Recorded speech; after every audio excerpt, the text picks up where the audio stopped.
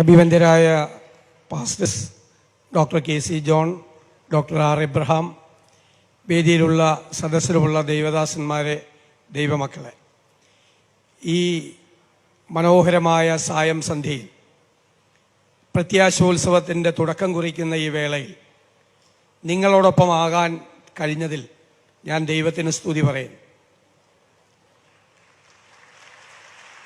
ഇത് പ്രത്യാശയുടെ ഉത്സവമാണ്, സെലിബ്രിറ്റി ഓഫ് ഹോപ്പ്. നമ്മുടെ ജീവിതം നിരവധി സംഘർഷങ്ങളും പ്രതിസന്ധികളും സങ്കടങ്ങളും പ്രയാസങ്ങളും എല്ലാം നിറഞ്ഞതാണ്. അതിനെയെല്ലാം മറികടക്കാൻ നമ്മുടെ ഉള്ളിൽ വേണ്ടതാണ് പ്രത്യാശ. ആ ഹോപ്പാണ് ജീവിതത്തെ മുന്നോട്ട് നയിക്കുന്നത്. എവിടെ നിന്നാണ് ആ പ്രത്യാശ ഉണ്ടാകുന്നത്?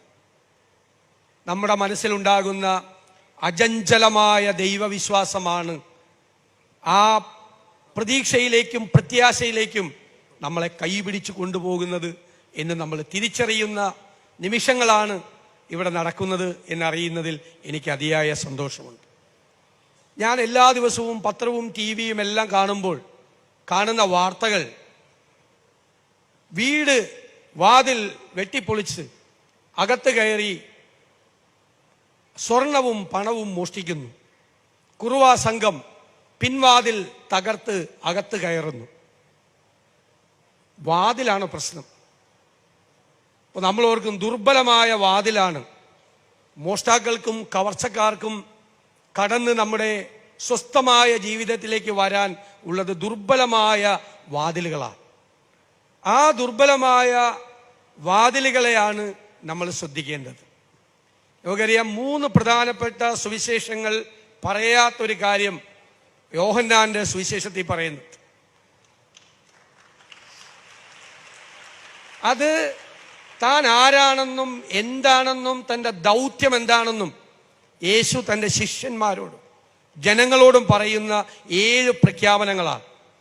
1, ഞാൻ ജീവന്റെ അപ്പമാകുന്നു.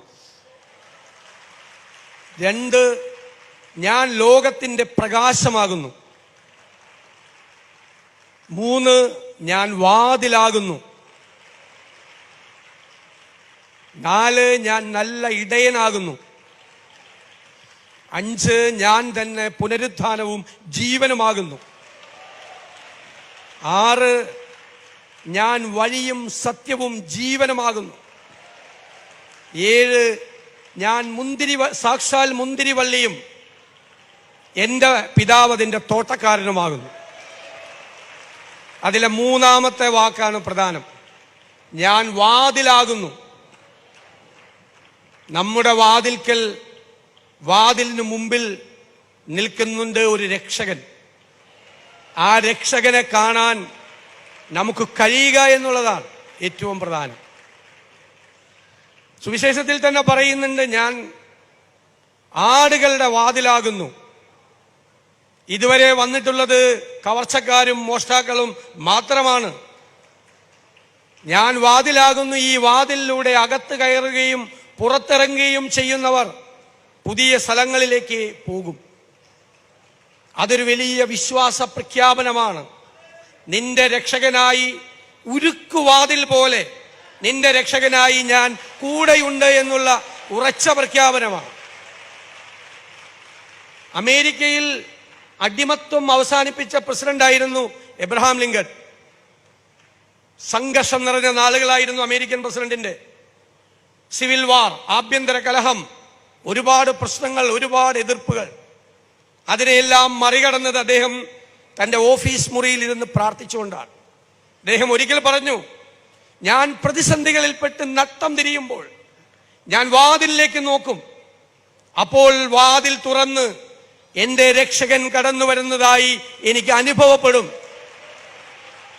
വാതിൽക്കൽ രക്ഷകനുണ്ട് എന്ന് നമ്മൾ തിരിച്ചറിയുക എന്നതാണ് ഏറ്റവും പ്രധാനപ്പെട്ട കാര്യമെന്ന് ഞാൻ വിനയപൂർവ്വം ഓർമ്മിപ്പിക്കുന്നു. നിങ്ങൾക്കറിയാം, അഗസ്റ്റസ് ലാപ്പാഡി എന്ന് പറയുന്നൊരു മിഷണറി ഉണ്ടായിരുന്നു. അദ്ദേഹം സുവിശേഷ പ്രവർത്തനം കഴിഞ്ഞ് തിരിച്ച് നടന്നു വരുമ്പോൾ വലിയ ചുഴലിക്കൊടുങ്കാറ്റ് ആഞ്ഞടിക്കുക, മേൽക്കൂരകൾ പറന്നു പോകുന്നു, വൃക്ഷങ്ങൾ തകർന്നു വീഴുന്നു, കെട്ടിടങ്ങൾ തകർന്നു വീഴുന്നു. അപകടത്തിൽപ്പെട്ടു എന്ന് ബോധ്യമായപ്പോൾ അദ്ദേഹം വഴിയരികിൽ കണ്ട ഒരു പാറയോട് ചേർന്ന് നിന്നു. പാറയിൽ വന്ന് കൊടുങ്കാറ്റ് ആഞ്ഞടിച്ചു. പാറയ്ക്ക് ഒന്നും സംഭവിച്ചില്ല. അദ്ദേഹം രക്ഷപ്പെട്ടു. അതിനുശേഷം അദ്ദേഹം എഴുതിയ മനോഹരമായ ഒരു ക്രൈസ്തവ ഗാനമുണ്ട്. Rock of ages cleft me, let me hide in myself in thee. നിങ്ങൾക്കറിയാം, മലയാളത്തിലുണ്ട്. പിളരുമോ പാറയിൽ മറയട്ടെ ഞാൻ, ഇല്ലേ? വിശ്വാസമാണ്. നിന്റെ ചങ്കിലുള്ള രക്തജലം പാപത്തെ മാറ്റി സുഖത്തെ നൽകട്ടെ എന്നാണ്. അപ്പൊ ഏത് കൊടുങ്കാറ്റിലും ഏത് കാറിലും കോളിലും നമ്മളെ പിടിച്ചു നിർത്തുന്നത് നമ്മുടെ വിശ്വാസവും നമ്മുടെ പ്രത്യാശയുമാണ്.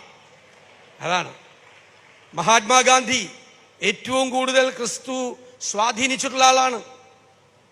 ഏറ്റവും കൂടുതൽ റവറൻഡ് മാർട്ടിൻ ലൂതർ കിങ് ക്രിസ്തു ഏറ്റവും കൂടുതൽ സ്വാധീനിച്ചിട്ടുള്ള ആളാണ്.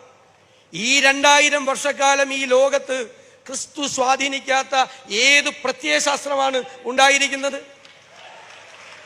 വെറുപ്പിനെയും വിദ്വേഷത്തിനെയും ദൂരെ കളയാനുള്ള സ്നേഹത്തിന്റെ പ്രഖ്യാപനം നടത്തിയ ആളാണ് ക്രിസ്തു.